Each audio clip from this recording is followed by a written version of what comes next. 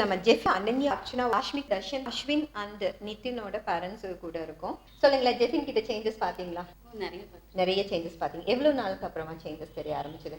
ஒரு 3 வீக்ஸ்க்கு அப்புறம் பார்க்க ஆரம்பிச்சேன். கிளாஸ்ல போட்டு 1 மந்த்லயே உங்களுக்கு சேஞ்சஸ் தெரிய ஆரம்பிச்சிருச்சு. ஓகே, சொல்லுங்களேன், என்னென்ன சேஞ்சஸ்? அகாடமிக் சைடு பாத்தீங்களா இல்ல பிஹேவியர் சைடு பாத்தீங்களா? Behaviour side. நான் ஸ்கூல்லயே பாத்தீங்கன்னா ரொம்ப குறும்பு கொஞ்சம் பண்ணுவா. இப்போ இங்க வந்ததுக்கப்புறம் குறும்பு கொஞ்சம் கம்மி பண்றான். டிவி பார்க்கறது கம்மி பண்ணிருக்கேன் மேம். அப்புறம் படிக்கிறதுக்கு ஈஸியா இருக்கு மேம். படிக்கிறது இப்போ பரவாயில்ல. இங்க சேர்ந்ததுக்கப்புறம் கொஞ்சம் நல்லா படிக்கிறேன். என்ன வித்தியாசம் உங்களுக்கு தெரியுது? வித்தியாசம் அப்படின்னா குறும்பு கொஞ்சம் கம்மியாயிடுச்சு. படிக்கிறது நல்லா படிச்சுக்கிறேன். இப்ப முதல்ல எப்படி இருப்பா? படிப்பா, ஆனா கொஞ்சம் விளையாட்டுத்தனமா இருப்பான். இப்போ கொஞ்சம் இங்க வந்து விளையாட்டு கம்மி பண்ணிட்டா கொஞ்சம் நல்லா படிச்சுக்கிறான். படிக்க வேண்டிய நேரத்துக்கு படிச்சுக்கிறான். வியூவர்ஸ்க்கு ஒரு இது சொல்லணும்னு நினைக்கிறேன். அதாவது இந்த கோர்ஸுக்கு அப்புறமா அந்த சிப்ளிங் ஃபைட்ஸுங்கிற அந்த ஒரு இதே இல்லாம போறதை நான் பாக்குறேன். அதாவது தன் கூட பிறப்பு கூட வந்து ரொம்ப பாசமும் அதிக வந்து அக்கறையும் எடுத்துப்பாங்க குழந்தைங்க. இது வந்து நம்ம கவுன்சிலிங்னாலேயோ அட்வைஸ்னாலேயோ கொண்டு வர முடியாது. There is a unique methodology for maintain our mind. So இதுதான் அவங்க சொல்றாங்க. இதுதான் முதல் சேஞ்சா பார்த்தாங்க. அதுக்கு தான் அவங்க கொண்டு வந்து விட்டுருக்காங்க. பேசி எல்லாம் எவ்வளவு நேரம் எடுத்து படிப்பீங்க? half an hour படிப்பேன் மேம் தமிழ்லாம். ஆனா இப்பலாம் வந்து half an hour எடுக்கிறதே இல்ல மேம். எவ்வளவு நேரம்? 15 மினிட்ஸ்ல படிச்சிருவேன் மேம். 15 மினிட்ஸ் கம்மியா இருக்கு. ஓகே, இப்போ படிக்கிறது நம்ம வந்து ஃபியூச்சர்ல வந்து எப்படி எல்லாம் இது பண்ணணும், நம்ம பண்றது அம்மா அப்பாவுக்கு வந்து எவ்வளவு சிரமப்படுறாங்க, அந்த இதெல்லாம் புரிதல் வந்து அதிகமா இருந்தது. அவங்களுக்கு ஏதாச்சும் நம்ம பண்ணணும், நம்ம கரெக்டா பண்ணணும், அந்த லெவலுக்கு எல்லாம் வந்து திங்க் பண்ண ஆரம்பிச்சிட்டு அப்படி. சோ படிப்புல இல்லாம வேற என்ன விஷயத்துல? டிவி பாக்குறது கம்மியா இருக்கு அப்படின்னு சொன்னேன். வேற என்ன விஷயம்?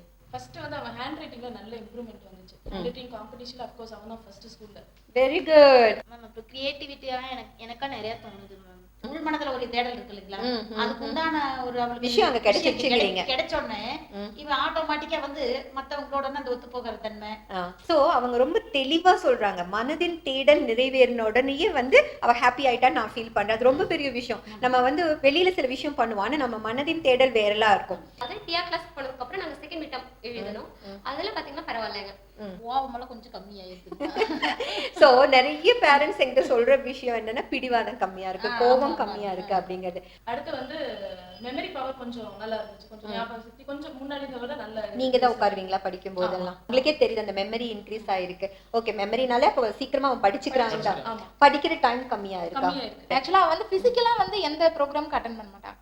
கிரியேட்டிவா திங்கிங்கா அந்த மாதிரியான ப்ரோக்ராம்ஸ் தான் அவளுக்கு ரொம்ப இன்ட்ரெஸ்ட். அப்ப வந்து அதனால இவ ஒரு கிளாஸ் கூட மிஸ் பண்ண மாட்டேங்கிறான். டிஆர் கிளாஸ் ரொம்ப பிடிச்சிருக்குது. உங்க மனசுக்கு என் குழந்தைக்கு வந்து டிஆர் கிளாஸ் போனதுக்கு அப்புறம் இந்த சேஞ்ச் நல்லா தெரியுது நீங்க நினைச்ச விஷயம்? டிசிப்ளின். டிசிப்ளினா எது விஷயத்துல எல்லாம் சொல்றீங்க? அவரோட வர்க் வந்துட்டு அவரே ப்ராப்பரா செய்யறது. Okay, very good. Then parents respect பண்றது. டிஆ மாதிரியான வகுப்புகள் வந்து நமக்கு தேவையா? நம்ம குழந்தைகளுக்கு தேவையா? கண்டிப்பா தேவைங்க. கண்டிப்பா தேவை. கண்டிப்பா தேவை மேம். கண்டிப்பா தேவை. எதுக்காகன்னு சொல்லுங்களா? எதுக்காக அப்படின்னா அவங்க நல்ல ரொம்ப ஜீனியஸா வளரணும். எல்லா பேரண்ட்டும் நம்ம குழந்தை நல்லா வளரணும்னு தான் நினைப்பாங்க. அவங்க ஒரு சிறந்த வழியில போகணும் அப்படின்னா நம்ம தான் அவங்களை பாதுகாப்பா கூட்டிட்டு போகணும். அதாவது ஃபியூச்சர்ல வந்து குழந்தைய நல்லா ஒரு முன்னேற்றத்துக்கு போகணும்னா இந்த மாதிரி இருக்கிறது நல்ல இது. இப்போ வர குழந்தைகளுக்கு வந்துட்டு எல்லாருமே வந்து என்ன பண்றாங்க அப்படின்னா மெயின் வந்து பேரண்ட்ஸ் கிட்ட வந்துட்டு ஏன்னா எல்லா பேரண்ட்ஸும் ஒர்க்குக்கு போயிடறாங்க, சைல்ட்ஸை கவனிக்கிறது.